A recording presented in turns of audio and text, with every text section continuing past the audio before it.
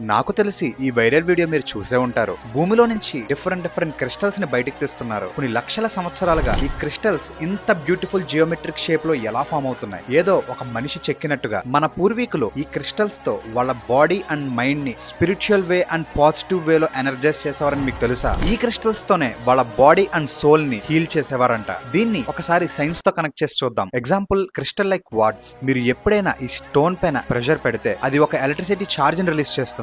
ఎందుకంటే ఫ్రీజో ఎలక్ట్రిక్ గుణం ఆ స్టోన్ కు ఉంటుంది. అందుకే అవి వాచెస్ లో, మైక్రోఫోన్స్ లో, కంప్యూటర్స్ లో కూడా యూజ్ చేస్తారు. ఇలానే ప్రతి క్రిస్టల్ కి ఒక సర్టెన్ ఫ్రీక్వెన్సీ ఆఫ్ వైబ్రేషన్ ఉంటుంది, మన హ్యూమన్ బాడీ లాగా. ఎప్పుడైతే ఒక మనిషి ఈ క్రిస్టల్ ని పట్టుకుంటారో ఆ క్రిస్టల్ లో ఉన్న వైబ్రేషన్ అండ్ హ్యూమన్ బాడీలో ఉన్న వైబ్రేషన్ ఫ్రీక్వెన్సీ సింక్ అయి ఒక ఎనర్జీ ఫామ్ అవుతుంది. ఈ క్రిస్టల్స్ ని మన పూర్వీకులు వేదిక్ సేజెస్ నుంచి ఈజిప్షియన్ ప్రీస్ట్ వరకు వాడేవారంట. వాళ్ళ ఇంటెన్షన్స్ ని స్టోర్ చేసుకోవడానికి, వాళ్ళ ఎనర్జీని ప్రొటెక్ట్ చేసుకోవడానికి. ఈ క్రిస్టల్స్ మన మెంటల్ హెల్త్ ని కూడా హీల్ చేస్తుందంట. ఇలాంటి మరికొన్ని ఇంట్రెస్టింగ్ ఫ్యాక్ట్స్ కోసం అజయశ్రీని ఫాలో కొట్టండి.